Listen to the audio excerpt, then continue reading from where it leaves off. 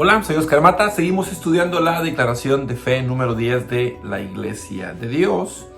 Hoy vamos a continuar con esa declaración que se intitula la vida cristiana. Nuestra parte de hoy está basada en Efesios capítulo 2, versos 8 al 10, que dice: porque por gracia sois salvos por medio de la fe, y esto no de vosotros, pues es don de Dios, no por obras, para que nadie se gloríe, porque somos hechura suya, creados en Cristo Jesús para buenas obras, las cuales Dios preparó de antemano para que anduviésemos en ellas.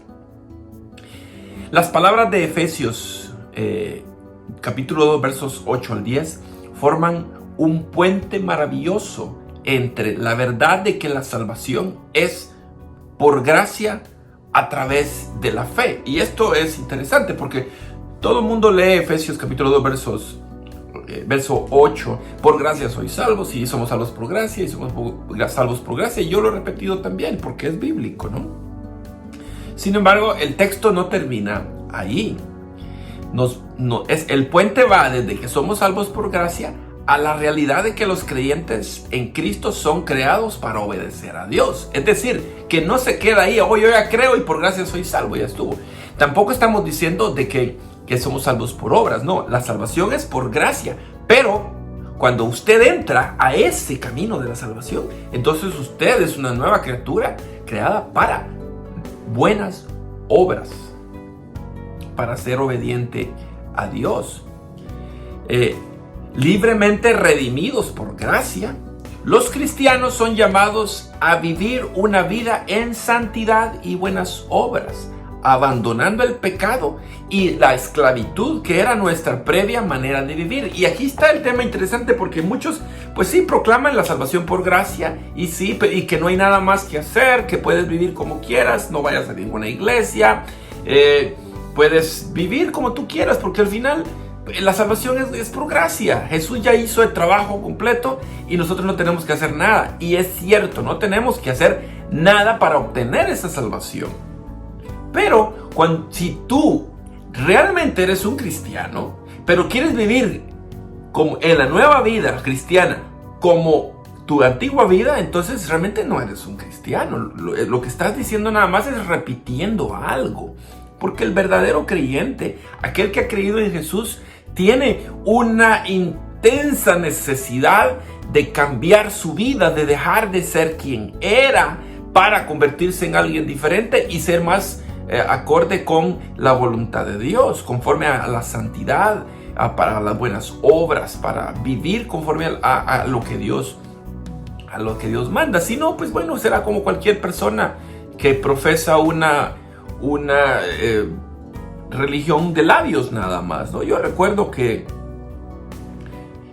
cuando era niño mis padres me llevaban, mis padres me bautizaron de niño en una iglesia, ya saben cuál ha de ser, pero una vez lo que me llevó mi mamá nada más, que es lo que yo recuerdo como niño, que fue ya una vez. Yo nunca vi a mi madre como una mujer devota, una mujer que iba, que de verdad viviera la fe que ella decía tener.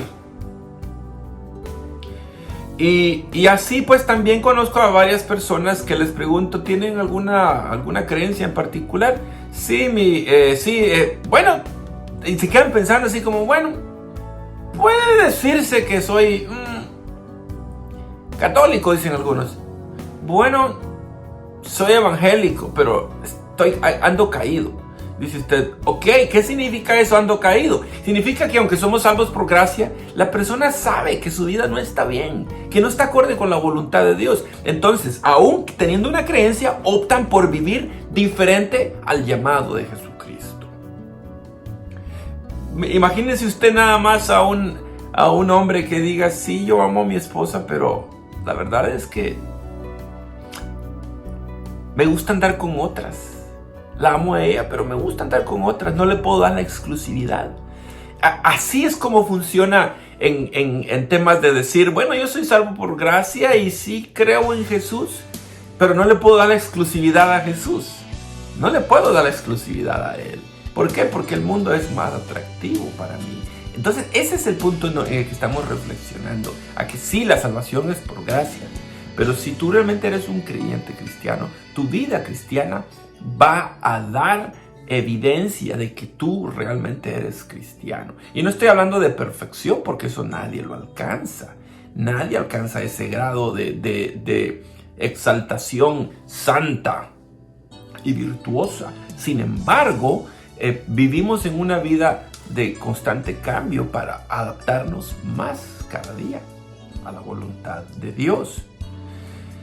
Demostrado en varias formas, la santidad está resumida en el mandato de amar a Dios y a los demás. Ahí está resumido el mandato de Dios: amar a Dios y amar a los demás. Eso lo dijo Jesús, ¿no? Amarás a Jehová tu Dios, pero también dice amarás a tu prójimo como a ti mismo. Realmente la santidad está ahí. Y volvemos a repetir lo que dijimos en la clase anterior. Realmente no se puede decir que se ama a Dios si nosotros no estamos amando al prójimo. El verdadero amor a Dios se demuestra en la obediencia a su palabra, en sumisión a su voluntad y en adoración a Dios. Si tú dices que tú amas a Dios, pues entonces demuéstralo con tu obediencia a su palabra. ¿Cuál palabra? Si la mayoría ¿sabía usted que la mayoría de evangélicos o mayoría de católicos, si lo vamos a ubicar como creyentes de alguna manera, no han leído jamás la Biblia? Y no estoy mencionando ahí a los que no saben leer y escribir, pero sí vayan, pregunten. He encontrado pastores que jamás han leído la Biblia entera. ¿Y cómo pueden ser pastores? Dice, es que sí la he leído porque la he estudiado aquí y la he estudiado por allá, y al final como que la he terminado leyendo completa. No estoy hablando de eso. Estoy hablando de un plan de lectura en donde diga, quiero explorar qué hay ahí, leerla y leerla constantemente. Alguien me dijo, no, es que yo no leo la Biblia, yo la estudio. Bueno, eso para mí sonó muy soberbio, como quien dice, yo voy más que todos los demás. La palabra del Señor nos manda a leerla y a estudiarla y a vivirla, que ese es otro punto, ¿verdad? Así que todos estos puntos son importantes para el cristiano. Entonces, el amar a Dios incluye la obediencia a su palabra y es importante estudiarla. Es en someterse a su voluntad. ¿Cuál es la voluntad de Dios? La gente piensa que dice, se murió porque era la voluntad de Dios. No hemos entendido qué es la voluntad de Dios. ¿Qué es lo que Dios quiere para tu vida?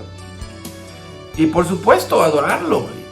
Esto significa una vida apegada a lo que Él quiere, de tal manera que Dios se agrade de ti. No es solo ir a cantar a una iglesia.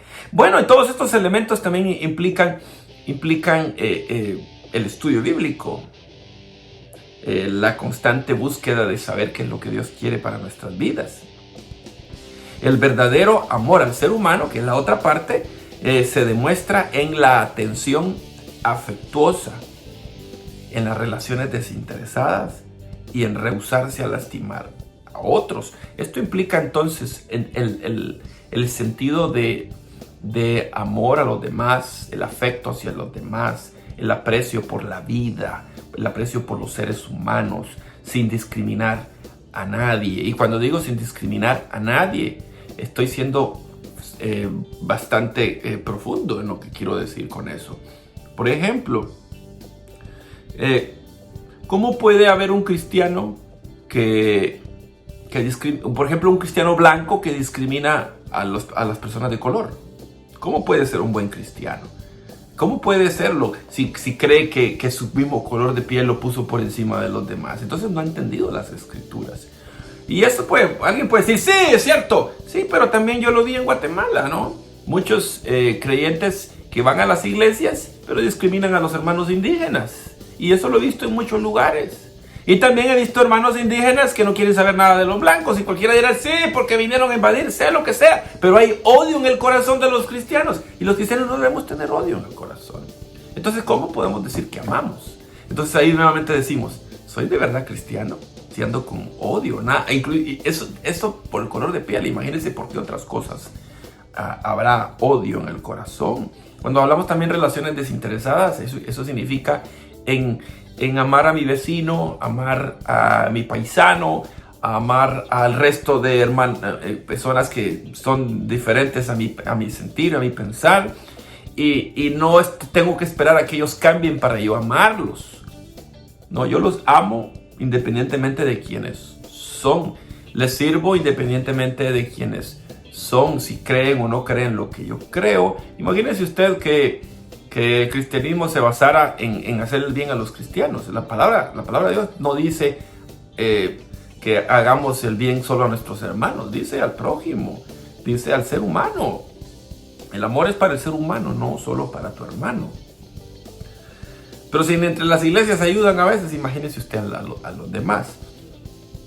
Y el otro punto sería no lastimar, negarnos a lastimar a otros. Cualquier clase de lesión que podamos causar, ya sea física o emocional también. No faltarle eso a nadie. Así que mis queridos hermanos y hermanas, la vida cristiana es más que decir creo en Cristo. La salvación es por gracia. Lo volvemos a decir. Pero Efesios 2, del 8 hasta el 10. Y ahí dice que los salvos por gracia somos como nuevas criaturas, creados para buenas obras. Eso significa entonces que el verdadero creyente, el verdadero redimido, entenderá que su papel en este mundo es más que levantarse, comer, irse al trabajo, regresar y acostarse. La verdadera función de un cristiano es amar a Dios y amar al prójimo. La verdadera función de un cristiano es ser obediente a Dios, a sus mandamientos, pero también vivir en armonía, vivir en paz con sus semejantes. Si no tienes estas cosas y yo no tengo estas cosas, ¿de qué me sirve estar leyendo una Biblia y sabérmela de memoria si no la vivo? Los judíos eran muy estudiosos de la Biblia, pero el mismo Jesús los mandó a continuarla estudiando, porque Él les dijo, no han entendido la parte que habla de mí. Bueno, nosotros quizá hemos entendido la parte que habla de Jesús, pero no hemos entendido lo que significa ser cristiano. En la próxima lección vamos a hablar acerca de cómo desarrollar una relación con Dios. Es un gusto estudiar con ustedes.